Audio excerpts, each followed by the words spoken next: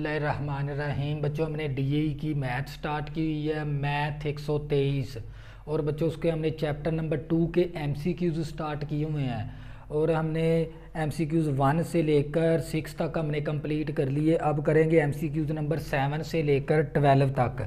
और मैं आपको ये भी बता दूं भी 7 एमसीक्यूज़ 1 से लेकर 12 तक ये स्मार्ट सिलेबस के अंदर शामिल हैं और जिनका फुल सिलेबस होगा उन्होंने तो सारे ही करने हैं।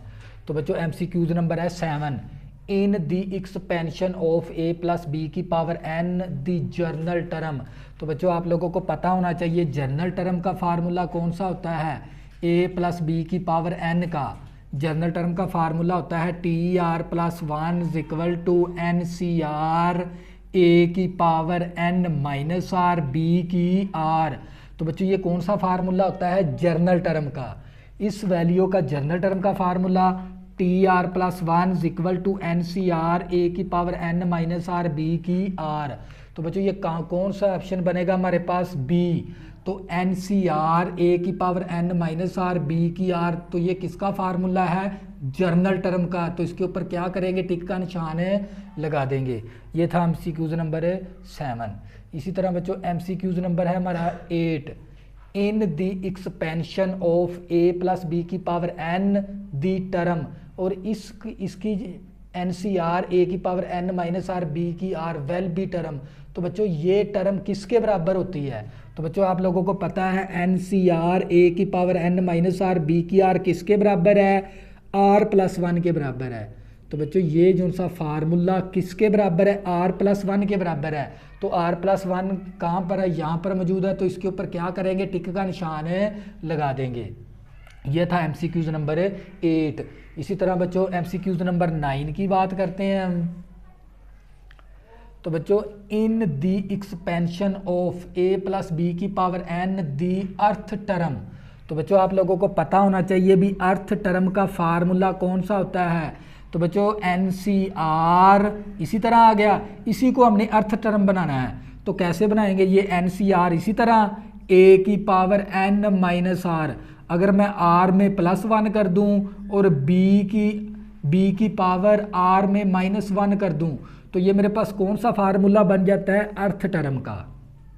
अगर बच्चों इस जनरल टर्म के अंदर मैं इस आर में प्लस 1 कर दूं और इस आर में माइनस 1 कर दूं तो ये मेरे पास कौन सा फार्मूला होता है अर्थ टर्म का। तो अर्थ टर्म का formula n C r a की power n minus r plus 1 b की पावर आर माइनस 1 है। तो बच्चों इसके ऊपर एमसीक्यूज के ऊपर क्या करेंगे टिक का निशान लगा देंगे। तो बच्चों ये देख लें एन सी आर ए की power n minus r plus 1 b की पावर आर माइनस 1 है। तो इस सी जो उसके ऊपर क्या करेंगे टिक का निशान लगा देंगे। ये था हमारे पास एमसीक्यूज नंबर 9।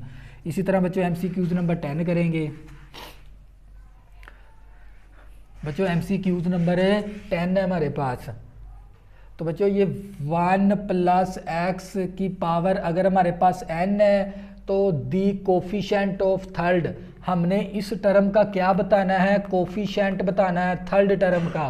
तो बच्चों आप लोगों को पता है a प्लस बी की पावर क्या हो n, तो इसका फार्मूला होता है 1 प्लस ए की power n plus n C r a की पावर n माइनस 1 बी की 1 plus n C r 2 a की पावर n माइनस 2 बी की 2 प्लस 1। ये असल में बाइनोमियल थ्योरम का फार्मूला है। तो बच्चों हमने इस वैल्यू की बच्चों क्या बताना है थर्ड कोफिशिएंट बताना। देखो ये फर्स्ट टर्म होगी, ये सेकंड टर्म होगी, ये थर्ड टर्म होगी और थर्ड टर्म के साथ जो सा एन सी आर 2 है ना ये कहलाता है थर्ड कोफिशिएंट। तो ये क्या कहलाएगा इस टर्म का थर्ड कोफिशिएंट कहलाएगा एन सी आर 2। तो बच्चों एन सी आर 2 के ऊपर क्या करेंगे टिक का निशान लगा देंगे। तो बच्चों इसी तरह अगर मैं बात करूं एमसीक्यूज नंबर 11 की, एमसीक्यूज नंबर 11 हमारे पास। तो बच्चों एमसीक्यूज नंबर 11 क्या हमारे पास ये a प्लस बी सारे की पावर क्या मेरे पास n है। तो in the expansion of a plus b की power n the sum of the exponent of a and b in any term is होती है। तो आप लोगों को पता है अगर ये ए और बी क्या कहलाते हैं, एक्सपोनेंट। तो बच्चों एक्सपोनेंट का सम के ऊपर जो सी पावर होती है ना, आपको पता है कौन सी पावर होती है, एन। तो वही बात उसने पूछी है, इन एनी टर्म होती है एन। तो एन यहाँ पर मौजूद है, तो ए जो उसके ऊपर क्या करेंगे, टिक का निशान लगा देंगे। ये था हमारे पास MCQs नंबर 11। इसी तरह बच्चों अगर मैं बात करता हूँ MCQs नंबर 12 की, हमने क्या बतानी है, a प्लस बी की पावर क्या है 6, इसकी बतानी है हमने मिडल टर्म। तो बच्चों मिडल टर्म का मतलब ये होता है हमने टर्म भी मालूम करनी होती है और वहाँ पर जर्नल टर्म का फार्मूला भी लगाना होता है। मिडल टर्म का मतलब टर्म भी मालूम करनी है और जर्नल टर्म का फार्मूला भी लगाना। अब टर्म मालूम करेंगे, n अगर हमारा हो n इज इवन, n क्या हो हमारा इवन, तो उसके लिए फार्मूला लगता है ना टर्म मालूम करने का, वो होता है n/2 + 1। तो n हमारे पास किसके बराबर है, 6 के, ओवर 2 आ गया + 1। तो बच्चों ये 2 एकम 2, 2 3 6, 3 + 1 आ गया। तो हमारे पास कितनी टर्म हो जाएगी, 4 टर्म। कितनी टर्म आ गई, 4th टर्म आ गई। तो हमने अब 4th टर्म में से r एक कम लेना होता है।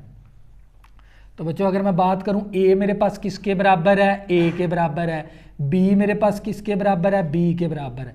ये पहली वैल्यू a के बराबर होती है और ये दूसरी वैल्यू b के बराबर होती है।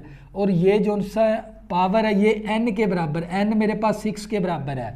अब मुझे क्या चाहिए, r मैंने कितनी टर्म फाइंड करनी है, 4th। तो r इसमें से एक कम लेना, r कितना ले लेंगे, r = 3 ले लेंगे। अगर 4th टर्म मालूम करनी है r 3 लेना है आपने, एक कम लेना है। अब फार्मूला लगा देंगे, TR + 1 = NCR, a की पावर n - r, b की r। तो ये हमारे पास r किसके बराबर है, 3 + 1 आ गया।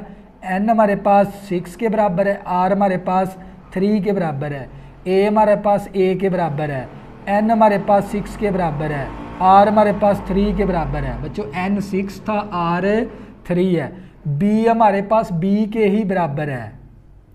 तो r हमारे पास किसके बराबर है, 3 के बराबर। जब बच्चों हमने निकालना है 6 NCR 3, तो बच्चों वो भी कैलकुलेटर के ज़रिए हम NCR निकालने का तरीका भी सीखेंगे। तो बच्चों ये मेरे पास एक कैलकुलेटर है, आपने क्या करना है, सबसे पहले ये 6 का बटन प्रेस करना है।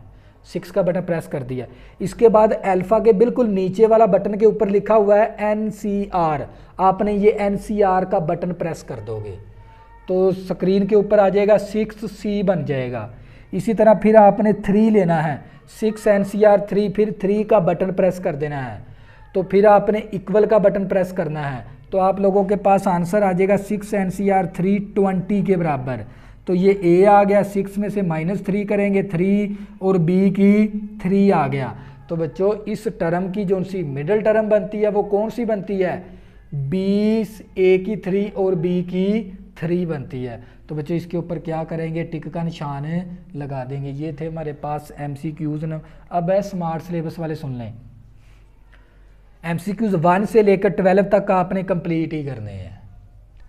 तो बच्चों ये हमारे पास DE की मैथ 1, 1, 2, 3 है और चैप्टर नंबर 2 है। अगर किसी भी स्टूडेंट को मैथ 123 के अंदर मसला बनता है किसी भी चैप्टर के अंदर, तो बच्चों ऊपर मेरा व्हाट्सअप नंबर लिखा हुआ है, ज़रूर रब्ता करें, आपकी ज़्यादा से ज़्यादा हेल्प की जाएगी। अल्लाह हाफिज़, दुआ में ज़रूर याद रखना।